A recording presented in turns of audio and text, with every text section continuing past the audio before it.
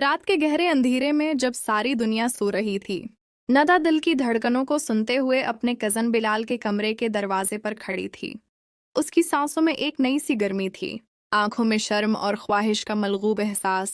दरवाजा आहिस्ता से खुला तो बिलाल ने हैरत भरी नजरों से उसे देखा।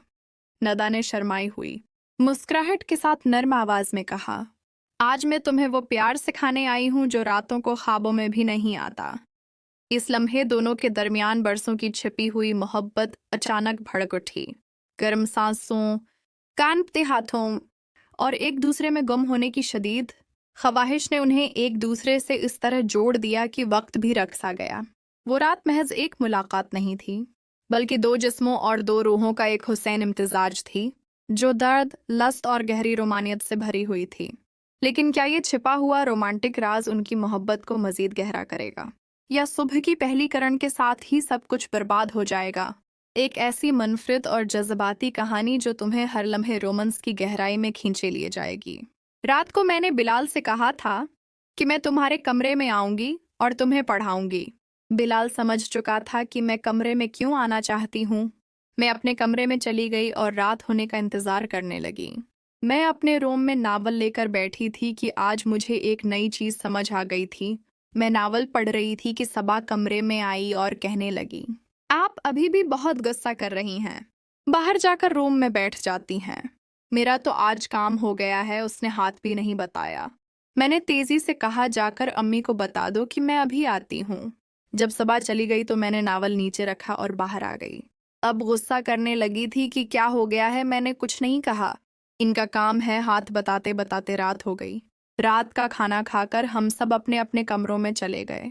उम्मी अबू के सोने का इंतजार कर रही थी। जब सब सो गए तो मैं चुपचाप उठी और आखिर में बिलाल के कमरे के पास पहुंच गई। उसका दरवाजा थोड़ा सा खुला था। मैंने उधर उधर देखा तो दिल धड़क उठा। बिलाल बिस्तर पर लेटा हुआ अपना काम कर रहा था। उसकी हालत बेहाल थी। इस तरह देखकर मेरे पसीने छूटने लगे। मैं जल्दी से वहां से हट गई और अपने रूम की तरफ जाने लगी, लेकिन मेरे पैरों में ताकत नहीं थी। मेरा दिल बेचैन हो रहा था। मेरे पांव खुद ब खुद उसके रूम की तरफ जा रहे थे। फिर मैं दोबारा उसके दरवाजे के पास पहुंच गई। वो फिर वही काम कर रहा था। मैंने खुद को संभाला और दरवाज़ा खटखटाया। मैंने पूछा, बिलाल क्या तुम जाग रहे हो? मेरी आवाज़ सुनकर वो थोड़ा सा हड़बड़ाया। जल्दी से मोबाइल का फ्रेम हटाया और खुद को संभालने लगा। फिर बोला, आप आ गईं। दरवाज़ा खोलकर मैं अंदर चली गई तो बिलाल बस्तर पर बैठा था। अब उसके चेहरे से साफ पता चल रहा था कि वो क्या कर रहा था। मैं जाकर बिलाल के सामने बैठ गई। बिलाल नजरें छिपाए बैठा था। मेरी हालत भी शायद उससे छिपी नहीं थी। मैंने कांपती हुई आवाज में बिलाल से पूछा, बिलाल क्या हुआ है? इतनी सर्दी में भी तुम्हें पसीने आ रहे हैं? बिलाल कुछ नहीं बोला। मैंने उसके हाथ पर हाथ रखा और कहने लगी, मुझे बता सकते हो जो तुम्हारी परेशानी हो? तो बिलाल ने कहा, आप मेरी परेशानी नहीं जानते कि मुझे क्या परेशानी है, और मैं भी जानता हूँ कि आप क्या चाहती हो। जब से मैं आया हूँ मैं देख रहा हूँ कि आप क्या चाहती हो।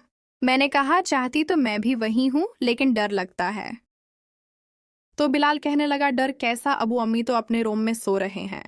हम दोनों इस कमरे में क्या कर रहे हैं किसी को कुछ पता नहीं चलेगा। मैंने कहा, ठीक है, मैं दरवाज़ा बंद कर आती हूँ। मैंने दरवाज़ा बंद कर दिया।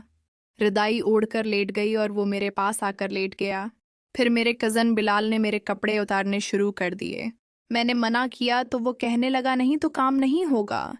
वो अपनी जगह से आगे बढ़ा और मेरे साथ करने लगा। मैं पहली बार किसी के साथ ये सब कर रही थी तो मुझे बहुत तकलीफ हो रही थी। मैंने कहा, रहने दो, मत करो, मुझे कुछ नहीं करवाना।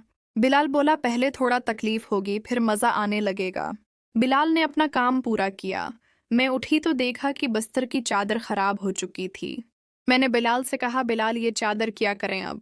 बिलाल कहने लगा, तुम इसी वक्त लेकर धो दो, नहीं तो सुबह अम्मी ने देख लिया तो काम खराब हो जाएगा। मेरा बिल्कुल दिल नहीं कर रहा था। मेरी हालत बहुत खराब थी। मेरा बदन दर्द से टूट रहा था, लेकिन डर के मारे मैंने बस्तर से चादर उतारी और वाशिंग मशीन में डालकर धोई। चादर खशक करके वापस बस्तर पर बिछा दी और अपने रूम में सोने चली गई। मैं अपने रूम में पहुंची तो सबा जाग रही थी। उसने आंखें फाड़कर पूछा कि आप इतनी रात गए, कहाँ गई थीं? मैंने घबरा कर कहा कि कहीं नहीं, बस बाथरूम गई थी। सबा ने मजीद कुछ पूछना चाहा तो मैंने कहा बस तुम सो जाओ, मुझे नींद नहीं आ रही। मैं बस्तर पर लेट गई और आंखें बंद करके सोचने लगी कि आज बिलाल के साथ जो कुछ हुआ है उसकी याद दिल को अजीब सी गर्मी दे रही थी। दर्द के बावजूद जिस्म में एक नई सी ख्वाहिश जाग उठी थी। सोचते सोचते कब नींद आ गई पता ही नहीं चला। सुबह जब आंख खुली तो सबसे पहले बिलाल के रूम में गई। बिलाल अब भी सो रहा था। उसका पूरा बदन दर्द से अकड़ा हुआ था। चेहरा सरख और थका हुआ लग रहा था। मैं उसके पास बैठ गई, उसके बालों को प्यार से सहलाने लगी और हाथ से उसके गाल छूने लगी। बिलाल इतना बेहोश सो रहा था कि उसे एहसास तक नहीं हुआ कि मैं क्या कर रही हूँ। जब घड़ी देखी तो जल्दी से हाथ हटा लिए। बिलाल की आंख खुली तो उसने मुझे देखकर हैरान होकर कहा, आप? मैंने मुस्कुराते हुए कहा, हाँ, कॉलेज जाने में देर हो रही है। बिलाल ने आहिस्ता से कहा, आप तो जाओगी लेकिन मेरे सारे बदन में दर्द हो रहा है। कल रात तुमने जो किया था उसी की वजह से है। मैंने शर्माते हुए कहा, मेरा भी पूरा जिस्म दर्द कर रहा है, चल भी नहीं पा रही थी। फिर मैंने कहा, उठो, दर्द की दवाई खा लो और नहा लो, थोड़ा आराम मिल जाएगा। बिलाल ने मना बनाते हुए कहा, इतनी ठंड में नहाना मुश्किल है। मैंने सख्ती से कहा, नहाना पड़ेगा, उठो। बिलाल ने आहिस्ता से कहा, ठीक है मैं नहा लेता हूँ, लेकिन आज कॉलेज नहीं जाऊंगा। तुम अम्मी अबू को कोई बहाना बना देना। मैंने कहा, ठीक है, तुम लेटे रहो, जब दिल करे उठ जाना। अगर तुम्हारा दिल करे तो मुझे बता देना। मैं अपने कमरे में आ गई, नाश्ता कर चुकी थी। अम्मी अबू अभी तक सो रहे थे। मुझे भी शदीद नींद आ रही थी क्योंकि पूरी रात दर्द और बेचैनी की वजह से अच्छी नींद नहीं आई थी। जैसे ही बस्तर पर लेटी नींद लग गई। थोड़ी देर बाद अम्मी मेरे रूम में आए और कहने लगें, अभी तक सो रही हो निदा? बिलाल को उठाया नहीं, उसे तो कॉलेज जाना था। मैंने आंखें मिलते हुए कहा, उम्मी मैं बिलाल के पास गई थी। वो कह रहा है आज तबीयत ठीक नहीं है, इसलिए कॉलेज नहीं जाएगा। अम्मी ने फिक्रमंद होकर पूछा, किया हुआ है उसे?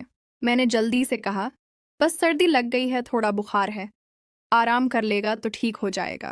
अम्मी चली गई तो मैं दोबारा लेट गई। जिस्म अब भी दर्द कर रहा था मगर दिल में एक अजीब सी खुशी और शर्म का मलगूब एहसास था। रात वाला मंजर बार बार आंखों के सामने घूम रहा था।